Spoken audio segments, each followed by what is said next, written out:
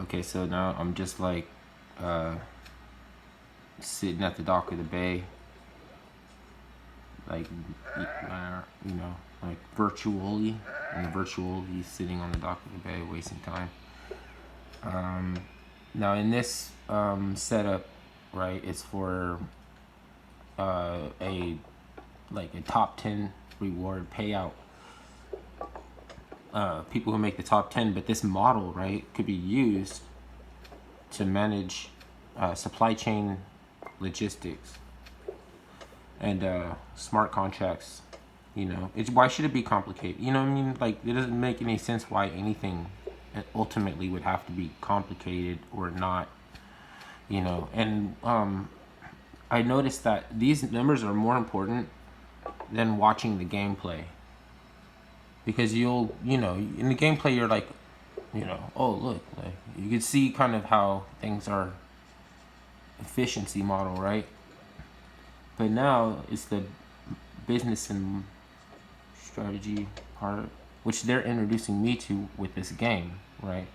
I'm not taking the technology further, but I'm making myself readily available, and I guess uh, at some point in time, uh, this will be like a job, you know, and like you know, because I have my own buy-in, you know, like or you can invest a small amount, you know what I mean? Like this allows people to invest $1, you know what I mean, to try to scale into virtual markets that through smart contracts, you know what I mean? Lets people, it brings you into ownership, you know, into proximity, you know, with the technology allowing you through it permissionless, you know, advanced permissions through is the technology, right?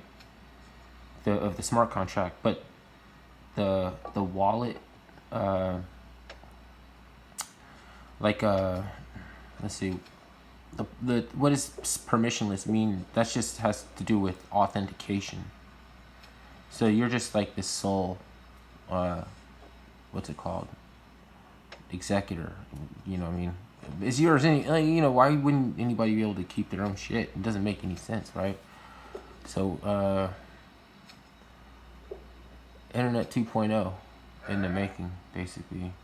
And to keep to so there, that's one compartment of the game, you know, that has its purpose. But at some point in time, this is distracting you from this, right?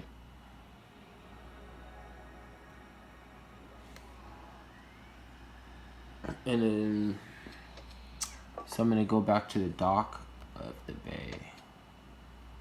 Some people might just have a dirt road trading post, and then from here you can just see like, oh, I got, you know, enough of this or that, or some extra this or that, or I can move on to the next technology. Or right now I'm trying to stack 100 packs of uniforms, because I could sell half of them, open up a steel mine, my first steel mine.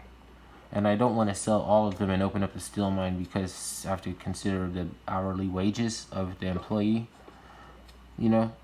Like, this is just the model, I think, that they are getting us ready to be able to work out of our house, basically. And it makes all the sense, you know? It's probably not, like they're probably going to forget about this, too, at some point in time. But right now, you know what I mean? It's kind of like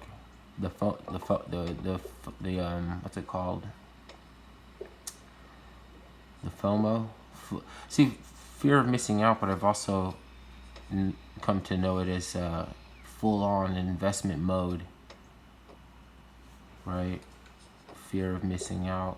And so if it looks like we're going into, you know, repetitious lockdowns, like random lockdowns, like this kind of technology is the only thing anybody can really go harken back to, is like stuff that allows you to work out of home, and with your permissions, permissionless.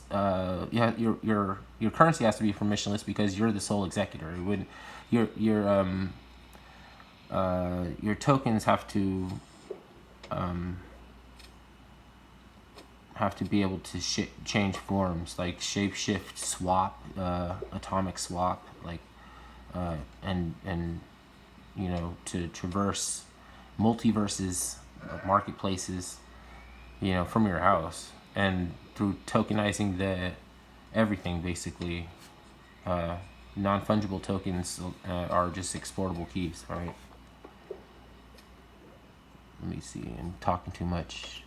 I have to make sure I at least have a couple of crude oil and a couple of the things, the values differ. They, like, it used to be batteries. I used to, now I have way too many batteries almost, and storage is the great equalizer.